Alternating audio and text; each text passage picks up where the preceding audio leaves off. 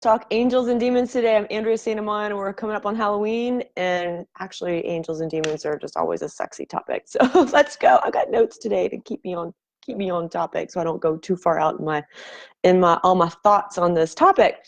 So somebody posted something yesterday, and it reminded me of a fable.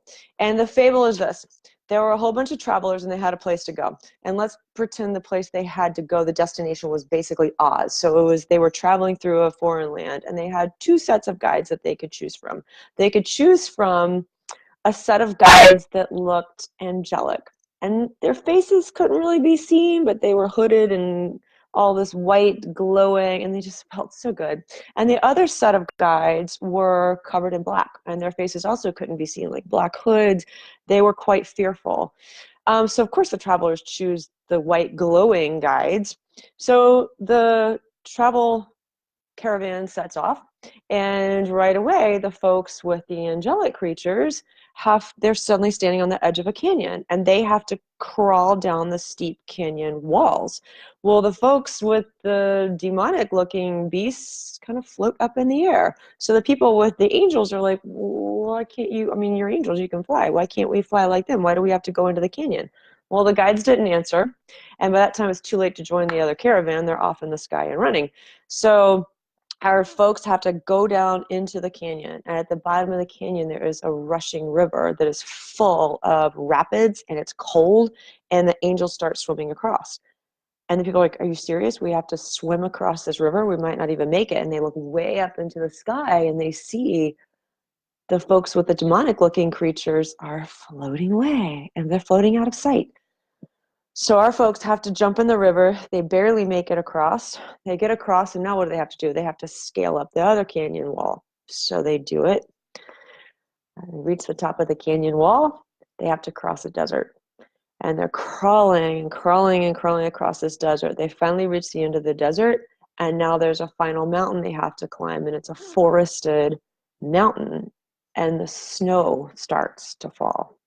So they finally, after days and weeks and months, make it to their destination on top of the mountain. They make it to Oz. And when they get there, all the other travelers are sipping champagne with their demon creatures, and they're like, why didn't we just go with you guys? Well, at that point, the angelic creatures take off their robes and reveal themselves. And they reveal themselves to be demons. And the demon creatures take off their robes and reveal themselves to actually be angels. And the demons and the angels alike tell the travelers who had followed who they thought to be angels, they said, if you had not followed them, you never would have learned how to swim across a river. You never would have learned how to climb up a canyon wall. You never would have learned how to crawl across a desert. And you never would have learned how to survive a winter in a forest. So you are the more empowered people. You're the more strong folks. Now you're deserving of the angels who will take and fly you wherever you need to go. So that fable came to me because what someone posted was a fantastic question. It's, how do we know when we're being misled? How do we know if we have a guide that might be really scary, that might show itself in a shadow, or that might not? How do we know? And my answer to you, my first answer to you is, it doesn't matter. It just doesn't matter. So I challenge you, eventually, I challenge you to kind of rethink your notions between darkness and light, because they actually might be flipped through your journey. And I also think of this as an example. Think of how many times you have kissed a frog. You thought he was a prince, and it turns out he's a dang frog. Or for men, princess, and she's a possum. I don't know.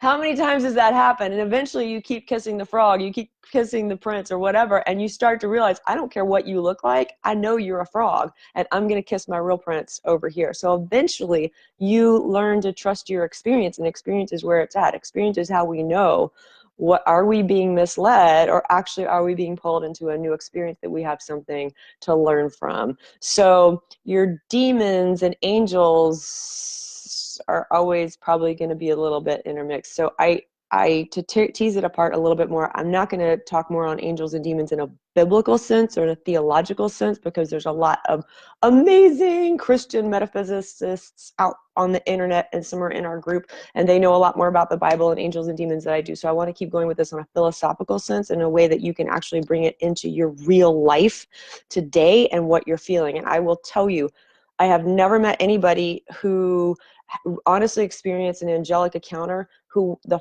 first thing that they felt was overwhelming fear.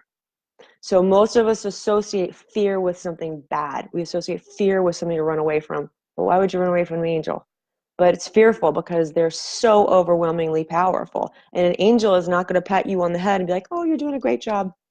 You're good. Keep going. That's not an angelic visit. And an angelic visit will make you step the heck up, will make you level up. And there's nothing more frightening than that. An angelic visit is going to make you take responsibility for all of your divine power. An angelic visit will give you guidance, will give you power, and then you got to push it. An angel does not allow you to sit with your shit, excuse my language, but it doesn't. So that can be overwhelming. And I had an angelic visit many years ago. It was unbelievably overwhelming, and I chose at the end of that experience to turn my head away and just go back to regular life. So that's literally demonic, right? You're turning your head away from light, away from Christ, away from God, whatever those words mean to you, and choosing to live a life of blindness. That's what darkness is. Darkness is a life of blindness. So we do it every day, though. So on the other hand, a lot of times demonic experiences make you feel quite comfortable at first. They make you feel, oh, you're good. Just sit on the couch and keep watching TV. You don't have to take any personal responsibility.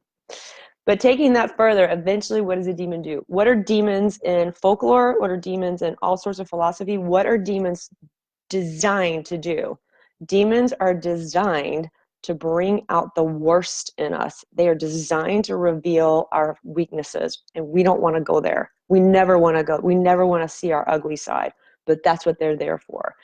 So how many times have you done that? How many times have you embodied triggering somebody and absolutely bringing out their worst? How many times have you taken their energy away? Have you taken their laughter away? Have you taken their, I mean, we've all done it. We do it like frequently. We do it sometimes with our spouses. Sometimes we do it with our kids. We do it with our parents. That's what demons do. They're eventually going to drive you to the edge where you're literally bringing out the worst in yourself, and you're bringing out the worst in everybody else. The next level of that, so take of something as like an axe murderer. Like that's truly like there's nothing more to be afraid of, right? That's tremendously fear-inducing. There's nothing angelic in an axe murderer. And why are we afraid of that? That energy is taking something away from us that we're not giving them permission to do. It's incredibly violative. So this is bringing me to another fable and another experience that I've been having recently, and that is my own spirit guide has been visiting me and bringing me nightmares, and they're very lucid nightmares, and they're demonic. They feel, I mean, there's a demon. So there's a demon I have to work with. I absolutely have to work with, and I've started understanding this is my spirit guide. Am I being misled? No. But he is forcing me to work through very deep-seated fears that I don't want to face and I don't want to deal with. I want to just like go back to sleep and be left alone. But when I deal with them, I come out the other side and there's some brilliance. I've been forced to like crawl down the canyon, swim across the river, think I'm going to die, go across the desert, that whole journey. So you're actually getting stronger every time you face your fears, and every time you own that not so pleasant side of yourself, all those inner demons, all the ugliness, that's stuff that you're working through when you're actually coming out better. So here's my my next fable on this topic.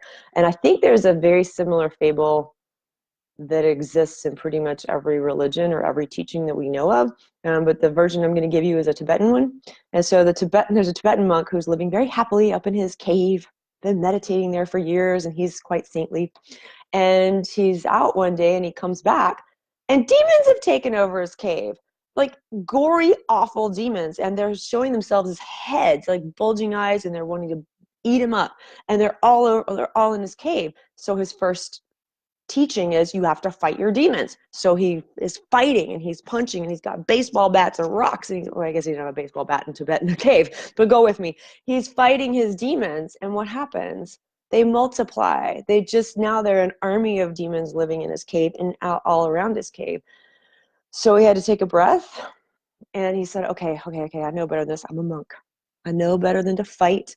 I'm peaceful. I will go live with my demons. I will live with them. I'll actually sit in the cave. I'll meditate with them. Maybe I can tame them. I can turn them into something good. I'm going to tame my demons. So he sits there and meditates with them. And what happens? They get all calm and chill, but they're still looking at him like, you look like you're good for dinner. So they're not going anywhere. They're not moving out. So he actually starts to make them dinner. He makes them beds to lay in. He's doing all this stuff to make friends and make peace with his demons. Well, it doesn't work. And it makes him go crazy. And finally he says, I've had it. This isn't working. I can't live with you anymore. I give up. I surrender. If you want to eat me, I give my soul. I worked so hard to give my soul to goodness and light. But you know what? If you need to eat me, if you need to devour me, have at it. And what happened? They all dissipated. They all disappeared and went away. And he knew then the power of like going through that process of the struggle and the fighting and then the making peace and then the surrender and the relentless, just letting it go.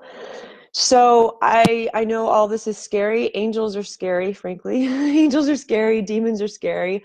But as always, feel the fear and go through it anyway. You're going to come out the other side. If any of you want help uncovering your demons that you are ready to let go of, uncovering your angels that might force you to step up, work with me, because this is what Akashic Records readings is designed to illuminate. It's designed to illuminate your gifts, your angels, your power, but also designed to illuminate your energy demons that you're done with and you're not going to act on anymore. So that can be healed and cleared. And then we can also work on getting you guys into your own intuition and imagination and really comfortable in your gifts so you can help other people on a daily basis do the same thing. All right. Hope you guys have a great rest of your week. Thanks for tuning in.